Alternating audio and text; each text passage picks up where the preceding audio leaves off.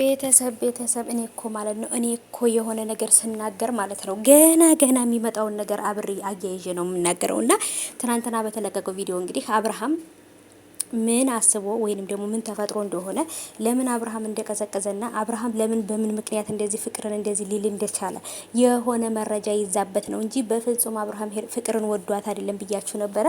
እንደተባለውም ደግሞ እንግዲህ ሄርሜላ ፊት መቶ ብቻዋን አናግሯታል። የሆነ ፎቶ ይዛብ ነበረ እሱን ላልሆነ ሰው ወይም ለሆነ ነገር ታረገዋለች ብዬ ፈርቼ ነው ብሏልና ብቻ ግን ሌባ መቼም ቢሆን ደህና እንቅልፍ አይተኛም ታውቃላችሁና። ሰላም ውዶች እንዴት ናችሁ? ደህና ናችሁልኝ? ከኔ ጋር ሁሉ ሰላም ነው።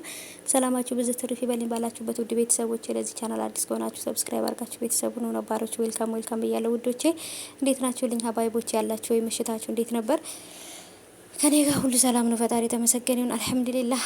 ያው እንግዲህ አለን እና ውዶቼ ወደ ገደለው ስገባላችሁ እንግዲህ አብርሃም ለሄርሜላ ይቅርታ ጠይቋል። ከዚህ በኋላ ምንም አይነት ስህተት እንደማይፈጠርና ከዚህ በኋላ ስህተት ከተፈጠረ የምትፈልጊውን ውሳኔ ወስኒ ምናምን እያላት ነበርና እሷም ደግሞ የመለሰችው መልስ ደግሞ ከማንኛውም ሰው ላይ የሚጠበቅ መልስ ነው። ምክንያቱም ዛሬ ላይ አንተን ጥፋት ስታጠፋ ይቅርታ ብለክ እንደገና አንተን ይቅርታውን መቀበሌ እኔን እንደሞኝ ሳይሆን ማየት ያለብህ እንደ አስተዋይ ሴት እንደ አፍቃሪ ሴት እንጂ እንደ ሞኝ እንድታየኝ አልፈልግም። ስለዚህ አሁንም ቢሆን ይሄን ውሳኔ የወሰንኩት አንተ ለኔ እንደማትሆን ስለማቅ ነው። አሁንም እነሱ የሚጠሩህ ቦታ ላይ እየሄድክ ጥፋት እያጠፋክ አሁንም በድጋሚ ይቅርታ አድርግልኝ የሚባል አማርኛ የለም። ስለዚህ በእኔና በአንተ በፍቅር ግንኙነታችን ላይ ትልቅ ችግር እየፈጠርክ ያለው አንተ ነህ ብለዋለች። እና ትክክል ናት። እሱ ነው ይሄን ችግር እየፈጠረ ያለው። ምክንያቱም ከበፊትም እንዲህ እየተዝረከረከ በየቦታው እየተዝረከረከ ልብሱን እያወለቀ ሲያስቸግር የነበረው እሱ ነው። ሩታም ጋር እያለ አሁንም ሄርሜላ ጋር እያለ ልክ ሩታ ጋር ሲያደርገው እንደነበረው አሁንም በሄርሜላ ላይ እያደረገ ነው። ምክንያቱም ብድር በምድር ነው።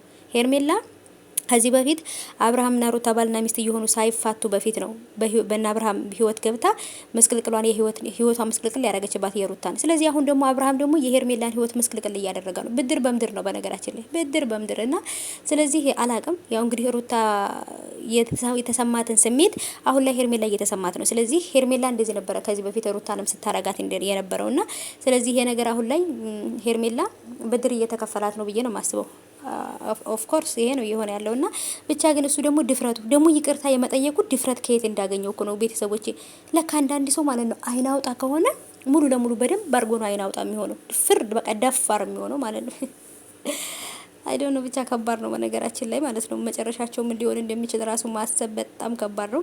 እስከ ሄርሜላ ይቅርታ ታደርግለታለች ወይንስ ደግሞ እንደዚሁ እየተነጫነጨች ቆይታ መጨረሻ ላይ ትታረቃለች? አይዶን ነው። ግን ደግሞ ሩታ ማናት ሄርሜላ ከታረቀች ማለት ነው እኔ የመጨረሻ ደደብ ናት ብዬ ነው የማስበው። ምክንያቱም ፍቅር ምንም ልታስብ ትችላለች። ምንም ነገር በቀልም በሉትም ሁለቱን ለማለያየት ነው በሉትም ግን ደግሞ እንደዚህ አይነት ካገኛ ሴት ጋር እየተኛ አሳስተውኝ ነው መጠጣጠተውኝ ነው እንደዚህ አድርገውኝ ነው እያለ ምኝታ ክፍል እስከሚሄድ ሲጠሩት ብቻውን ያለ ሄርሜላ ወይም ያለ ሌላ ሰው ብቻውን ቤት ውስጥ ሴት ያለችበት ቤት ውስጥ ሄዶ እና ምን ሊያደርግ ነበር አይደል? ቤተሰብ የሚፈጠረው ነገር ነው የተፈጠረውና በጣም ከባድ ነው። እኔ አብርሃም እንዴት እንደሚያስብ አላውቅም። ድድብናው ጨመረበት።